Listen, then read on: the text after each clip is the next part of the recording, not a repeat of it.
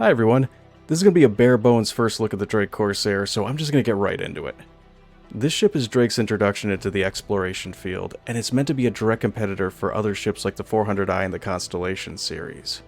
And as CIG very often does, they juggle around the features a ship has in order to make it unique within that group.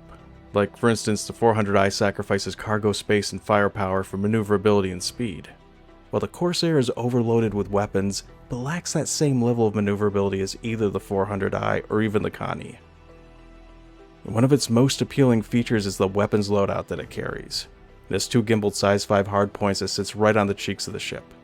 They each have a gimbaled size 4 gun that can be swapped out for a fixed size 5.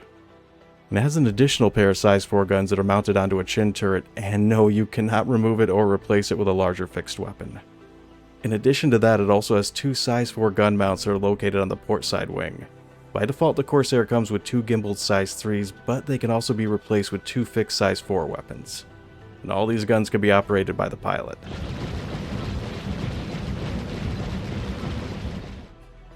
All of its missiles are mounted onto the underside of the starboard wing, and that final count for how many that it carries are 8 size 3s. They're divided up amongst 4 mounts that are all customizable, so each one can be replaced with a rack that holds 4 size 2 missiles or 8 size 1s. But the guns don't stop there. It also has 2 man turrets that are also set along both sides of the ship.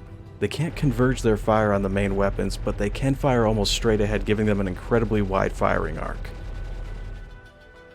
And lastly, the Corsair has a rear turret that has 2 size 3 guns mounted onto it. Altogether, this is a lot of firepower for a ship of its size to have.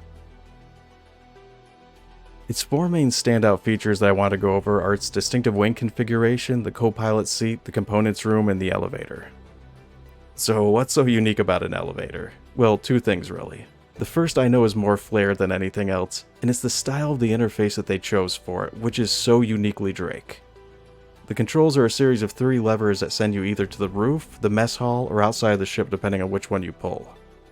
Having a secondary method for exiting the ship is a necessity. It's also been conveniently placed closer to the front of the ship, which gives the player more options to work with. And also having direct access to the roof from the elevator is one of those quality of life improvements that puts a lot of freedom into the player's hands. I can see a lot of shenanigans coming from this feature that you wouldn't normally be able to do otherwise. And honestly, this is something that I hope to see more of in other ship designs. Another unique feature about the Corsair is with how the co-pilot seat is arranged.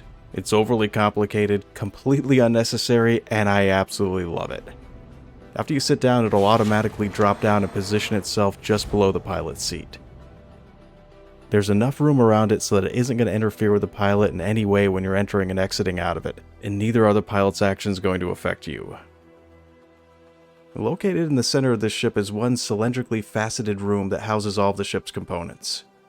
This setup is going to be an engineer's dream, mainly because everything that they're going to have to fix is going to be located right here. And yes, I know that there's also going to be relays that are set up all over the ship that are potentially going to need to be fixed as well, but for the most part, this is going to be one of the most ideal setups that you could have for a components room. And this is going to maximize efficiency, which is going to go a long way towards keeping your ship alive during a full-scale battle.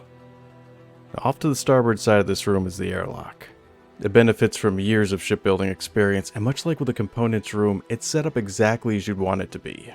You have plenty of armor cabinets for the crew and has more than enough storage lockers lining each wall.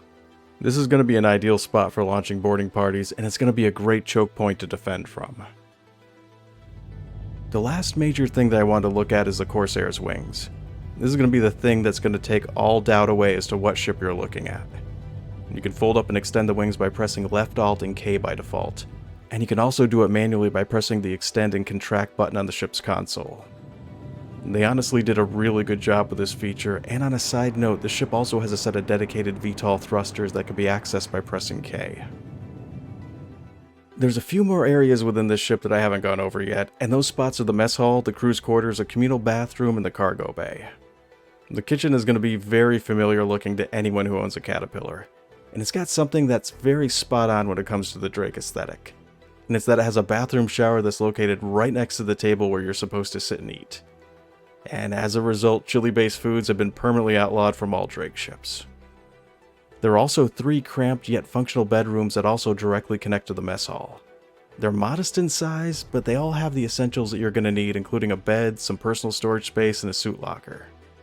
There's a fourth bedroom that's only accessible from the bridge, which I guess this is Drake's version of a captain's quarters. The inside isn't any different from the other three, but at least it's not directly located next to the kitchen or the bathroom. And on a Drake ship, that's what they call luxury. Now, at one point I used to live in a room that was adjacent to a kitchen, and it was the noisiest place in the house. So for as long as I was there, I could forget about ever trying to sleep in. The last thing that I wanted to look at is the cargo and vehicle bay. It's still rated to be able to carry 72 SCUs of cargo, and even after it's been fully loaded, there's still going to be enough room left over to park an STV on the back threshold, possibly even a mule. When it comes to vehicles, the Corsair can comfortably fit a Rover inside of it, and you can use that as a measuring stick to go by when it comes to guessing what other kind of vehicles it can fit inside of it. I unfortunately couldn't check anything else out due to time restraints and limitations that the build had, but if people want, I will do a If It Sits It Fits video about the Corsair. Overall, this ship is very well built. I love the elevator, the rooftop access, its uniquely arranged co-pilot seat, and the overabundance of firepower that they put into the pilot's hands. The only downsides are that it's slower than Akani, and its atmospheric handling is really rough at the moment. Plus it's a Drake ship, so its durability and hit points are going to be a lot lower than its other competitors. Well, that's going to be it for this first look and buyer's guide for the Drake Corsair. And for anyone who's interested, I'm going to be doing a full tour of this ship at the end of this video, so make sure to stick around for that. I've been your host, Law of the West. Thanks for watching, and take care.